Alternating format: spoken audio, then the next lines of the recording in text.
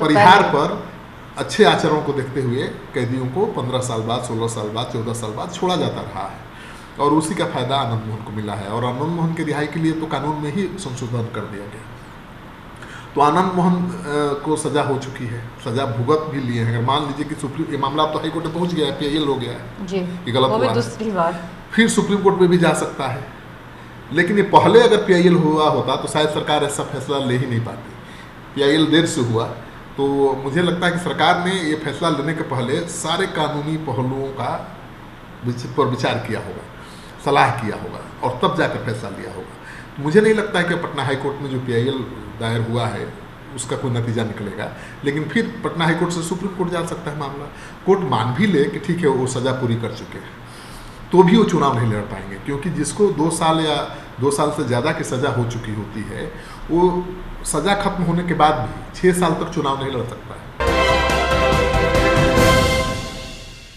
नमस्कार, आप देख रहे हैं सिटी पोस्ट लाइव और मैं हूं आपके साथ पूजा शर्मा। पूर्व सांसद आनंद मोहन अब जेल से रिहा हो चुके हैं, लेकिन सबसे बड़ा सवाल ये उठता है कि आनंद मोहन जेल से बाहर तो आ गए, लेकिन अब आगे वो क्या करने चाहेंगे, राजनीति में उनकी क्या कुछ भूमिका रहेगी। इस पर चर्चा करने के लिए अभी हमारे साथ वरिष्ठ पत्रकार श्रीकांत प्रत्युष सर मौजूद है। उनसे हम बात करेंगे कि आगे आनंद मोहन क्या करेंगे। क्या लगता है सर, क्या करेंगे अब आनंद मोहन? देखिए, आनंद मोहन तो नेता हैं, तो राजनीति करेंगे और 16 साल बाद जेल से बाहर निकले हैं, तो सबके जहन में सवाल है कि आनंद मोहन आखिर अब क्या करेंगे। तो सवाल का जवाब सिंपल है, वो राजनीति करेंगे और राजनीति के लिए ही वो निकले हैं। उन पर नीतीश सरकार पर तो यही आरोप लग रहा है ना कि राजनीति के तहत लोकसभा चुनाव को देखते हुए आनंद मोहन को परिहार पर रिहा किया गया है ताकि राजपूत समाज का समर्थन मिल सके। तेजस्वी यादव के साथ तो MY समीकरण है ही, मुस्लिम और यादव, और दोनों 14% है, 28% सॉलिड वोट बैंक है तेजस्वी यादव के पास। अगर उनके पास राजपूत भी आ जाते हैं, राजपूत वैसे भी उनका साथ देते रहे हैं।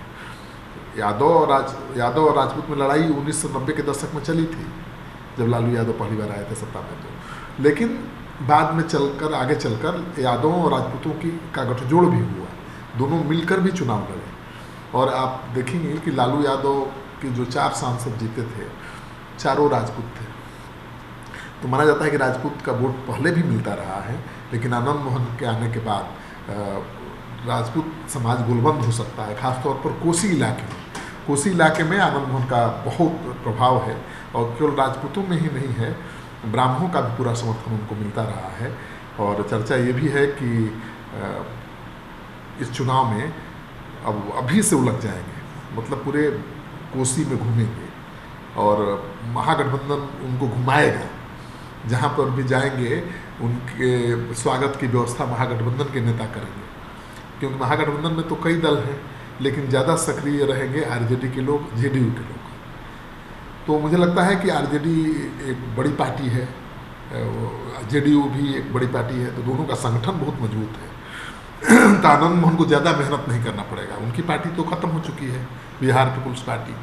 अब 20-25 साल बाद बाहर आ रहे हैं तो पार्टी तो बची नहीं है। लेकिन आनंद फ्रेंड्स, कई संगठन उनके चलते रहे हैं और वो आनंद मोहन की रिहाई के लिए आंदोलन भी करते रहे, और उसी का नतीजा है कि आनंद मोहन आज तक राजनीति में जिंदा है। अगर वो नहीं होता आंदोलन, मांग नहीं उठती उनकी रिहाई की, तो शायद दूसरे नेताओं की तरह वो भी खत्म हो गए होते। आज भी वो प्रासंगिक बने हुए हैं, क्योंकि उनके समर्थक आज भी उनकी रिहाई के लिए संघर्ष कर रहे थे। तो कोसी में उनकी अहम भूमिका होगी, और 2024 का चुनाव मुश्किल से 1 साल बाद होने वाला है। तो आनंद मोहन की भूमिका मुझे लगता है कि राजनीति में अहम होगी। सर, अगर ये आनंद मोहन अगर राजनीति में उतरते हैं तो क्या राजपूतों पर आनंद मोहन का जादू चलेगा? देखिए, बिहार में कोई राजपूत का नेता है नहीं। पहले रघुवंश बाबू थे, RJD के पास तो कोई नेता नहीं है। जगतानंद सिंह है, लेकिन उनको राजपूतों ने कभी नेता माना नहीं। और रघुवंश बाबू बिहार के राजपूतों के नेता थे, लेकिन अब वो है नहीं।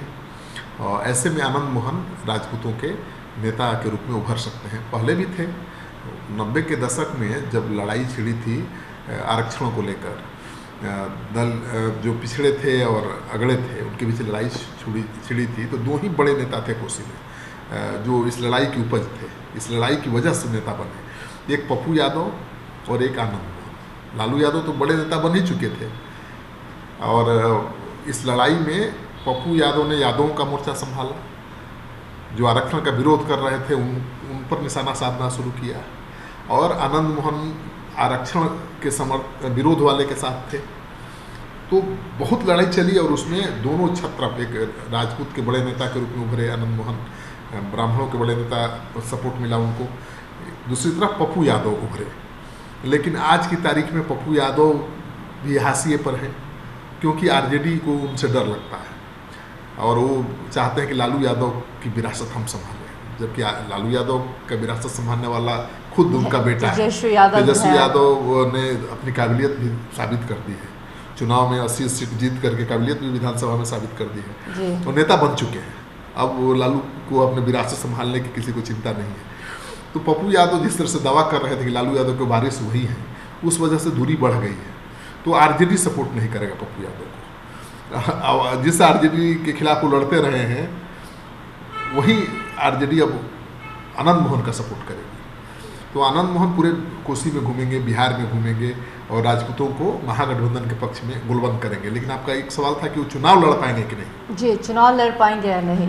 हाँ, सज़ा चुकी हो चुकी है उनको, 16 साल की सज़ा पूरी भी कर चुके हैं, लेकिन परिहार पर छोड़े गए हैं। जी, देखिए, उम्र कैद की सज़ा का मतलब होता है कि आपकी जान जब तक है, जब तक आपके साथ आपको जेल में ही रहना होगा। लेकिन परिहार पर अच्छे आचरण को देखते हुए कैदियों को 15 साल बाद, 16 साल बाद, 14 साल बाद छोड़ा जाता रहा है और उसी का फायदा आनंद मोहन को मिला है। और आनंद मोहन की रिहाई के लिए तो कानून में ही संशोधन कर दिया गया।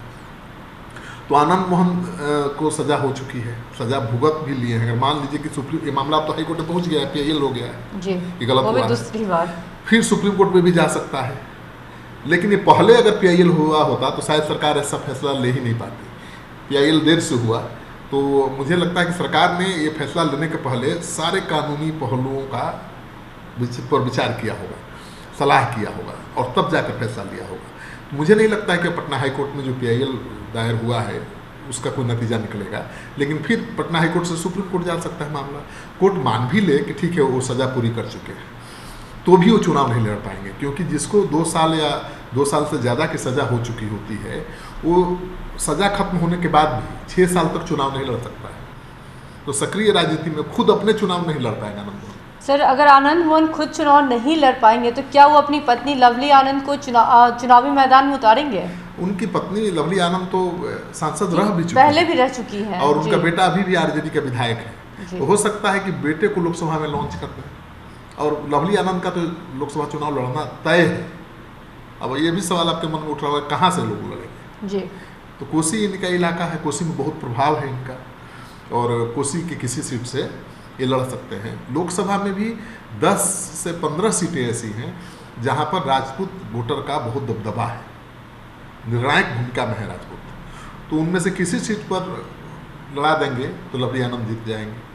अपने बेटे चेतन आनंद को लॉन्च कर सकते हैं, वो तो विधायक हैं ही। तो शिवहर सीट इनकी बहुत खास सीट है, शिवहर से ही जीतते रहे हैं और इनकी पत्नी भी शिवहर से चुनाव लड़ती रही है। तो शिवहर से माना जा रहा है कि इनका लवली आनंद का मुकाबला होगा रामा देवी से, बीजेपी की जो सांसद है। तो लड़ाई दिलचस्प होगी। अब आनंद मोहन बाहर आ चुके हैं, पहले वाली बात है नहीं। तो आनंद मोहन खुद चुनाव तो नहीं लड़ पाएंगे, लेकिन लड़ाएंगे जरूर। मोहन भी काफ़ी लोकप्रिय भी हैं। हाँ, लोकप्रिय हैं और जिस तरह से उनकी रिहाई हुई है उससे और प्रासंगिक हो गए हैं बिहार में आज की राजनीति में। तो मुझे लगता है कि आनंद मोहन का ज़्यादा से ज़्यादा इस्तेमाल महागठबंधन करेगा, उनको पूरे बिहार में घुमाएगा, राजपूतों की गोलबंदी में के लिए उनका उपयोग करेगा। और आनंद मोहन खुद भले नहीं चुनाव लड़ पाएँ, चुनाव तो लालू यादव भी नहीं लड़ सकते हैं, लेकिन लालू यादव राजनीति में अप्रासंगिक अभी भी नहीं है। लालू यादव की ही पार्टी है आरजेडी जी, और लालू यादव को कोई नज़रअंदाज नहीं कर सकता है। हालांकि लालू यादव तो दूसरा कोई पैदा होगा नहीं बिहार में, मुझे लगता है। लालू यादव एक ही था, दूसरा पैदा भी नहीं होगा मुझे लगता है। इतने समझदार और मतदाताओं के नब्ज को पकड़ने वाला नेता, हर चाल को समझने वाला नेता, राजनीति के हर चाल को समझने वाला नेता मैंने तो नहीं देखा है। 20 साल लालू को देखा है मैंने। सर, अगर लालू प्रसाद यादव पे अगर हमारी इतनी चर्चा हो ही रही है, तो कल शुक्रवार यानी कि कल लालू प्रसाद यादव कल बिहार पहुंचेंगे, तो क्या इससे बिहार की राजनीति पर भी कोई असर पड़ेगा? देखिए, जो विपक्ष को गोलबंद करने की रणनीति पर काम कर रहे हैं नीतीश कुमार, तेजस्वी यादव का साथ दे रहे हैं, तो लालू यादव की अहम भूमिका है। लालू यादव अभी भी बिहार के सबसे बड़े नेता हैं और उनका सभी दलों से अलग रिश्ता है। जो विरोधी हैं उनसे भी उनका अच्छा रिश्ता है लालू यादव का। लालू यादव ने पर्सनली किसी पर अटैक किया ही नहीं कभी। लालू यादव बोलते जरूर हैं, लेकिन वो भीतर कुछ नहीं रखते। माना जाता है कि दिल के जो रहता है वो मुंह पे बोल देते हैं। तो उनसे घृणा कोई नहीं करता। तो लालू यादव इस गोलबंदी में अहम भूमिका निभा सकते हैं। देखिए आपने ना कि तेजस्वी यादव नीतीश कुमार मिले थे लालू यादव से, और अखिलेश यादव से तेजस्वी नीतीश कुमार जाके मिले थे। तो कोई बात अधूरी रह गई होगी या कोई और नया फार्मूला होगा अखिलेश यादव के पास, जिसको लेकर लालू यादव के पास गए थे। तो लालू यादव की भूमिका तो अहम होगी महागठबंधन को गोलबंद करने में, यूपीए को गोलबंद करने में। और अब लालू यादव पटना आएंगे तो थोड़ा और उत्साह बढ़ेगा आरजेडी के कार्यकर्ताओं का, नेताओं का, क्योंकि लालू यादव जब पटना में होते हैं तो उनके दरवाजे खुले रहते हैं। कोई जा सकता है, कोई अपनी बात रख सकता है। तो लालू यादव से कोई बात छिपी ही नहीं रहती, सॉलिड जानकारी रहती है, क्योंकि सब कोई मिल सकता है उनसे। तो सबकी सुनते हैं, लिंक करते वही हैं जो उनको करना है। जी देखिए, बेशक आनंद मोहन जेल से बाहर आ चुके हैं, लेकिन अब वो चुनाव नहीं लड़ सकते। लेकिन राजनीति में उनकी क्या कुछ भूमिका होगी, ये सब कुछ बता रहे थे वरिष्ठ पत्रकार श्रीकांत प्रत्युष सर ने। सब कुछ बताया कि कहां से चुनाव लड़ सकते हैं, कौन उनके बदले चुनाव लड़ सकते हैं, उनकी पत्नी को खड़ा कर सकते हैं या फिर अपने बेटे को खड़ा कर सकते हैं। सब कुछ बता रहे थे। तो फिलहाल के इस खबर में बस इतना ही। तमाम छोटी बड़ी खबरों के लिए देखते रहें सिटी पोस्ट लाइव। इस वीडियो को लाइक करें, शेयर करें और चैनल को सब्सक्राइब करना ना भूलें। धन्यवाद।